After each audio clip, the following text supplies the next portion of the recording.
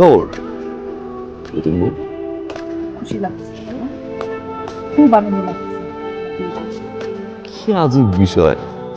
আচ্ছা, আপনিও দেখছিস যে কোনো বিয়ে বাড়ি থেকে মন খারাপ করে থাকে?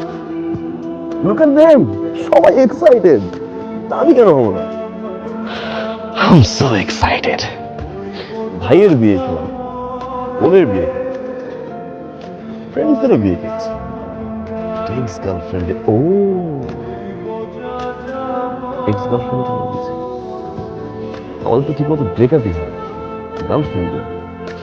গার্লফ্রেন্ডের বিয়ে খাবো। Let me try this.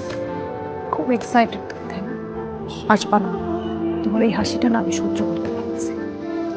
একটা কাজ করি, সবার মাঝখানে গিয়ে কাঁদা শুরু করে দেই।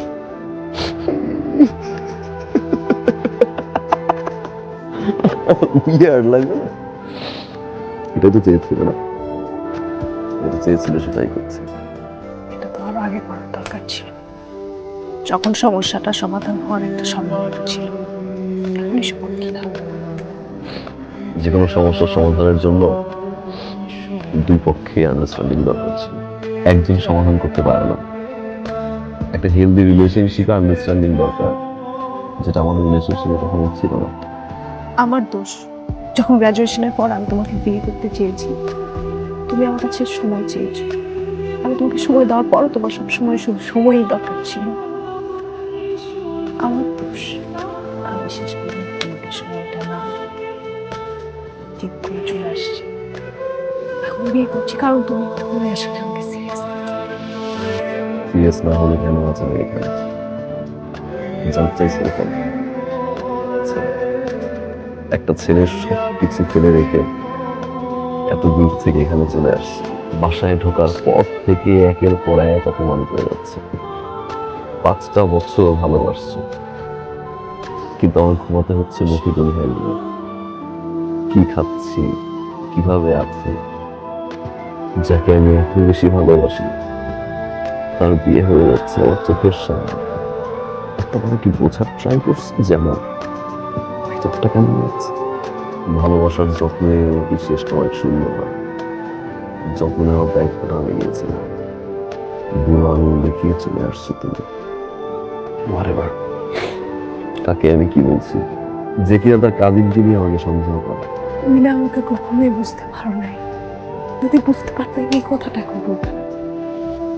সন্দেহ করিনি তোমাকে একটা বার, খুব কষ্ট হয়। তুমি সেটা বুঝবে কিভাবে? তুমি কখনো বুঝতে চাইছো আমি জিদ করে কেন আসছি? সবসময় তো আমি জিদ করতাম, রাগ করতাম।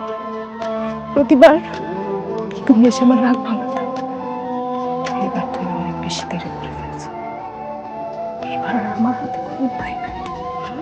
এবার আর তোমার পক্ষে কোনো কিছু করা সম্ভব না। বারবার শুধু তোমার রাগ, তোমার জিদ। তুমি রাগ করলে রাগ ভাঙাতে হবে, তুমি জিদ করলে সেই জিদটা মানাতে হবে। একটাবার কি ভাবছো যে আমারও রাগ আছে? রাগটা আমিও করতে পারি, জিদটা আমারও হয়। আমি তো রাগ করে কারো কাছে চলে যাই, আমি তো জিদ করে বিয়ে করেছি। আমি ঠিকই চলে আসছি তোমার কাছে। তোমার কাছে কি আমি একটা লাস্ট রিকোয়েস্ট করতে পারি? প্লিজ আমার বিয়েতে দেখো না, প্লিজ এখান থেকে চলে যাও, প্লিজ। যেমন আমি তোমার সামনে বসে থাকবো, তুমি আমার সামনে চোখের দিকে তাকিয়ে 100% সারা জীবনের জন্য কবুল বলে মেনে নিবে। তোমার জিদ কিভাবে জয়ী হয় এটা আমি আমার চোখের সামনে দেখতে চাই। আমি যাবো না, যাবো না। ঠিক আছে, আমিও তোমার চোখের সামনে কবুল বলে একটা চিনি না জানি না যাকে, তাকে বিয়ে করে চলে যাব। তুমি তাকিয়ে তাকিয়ে দেখো।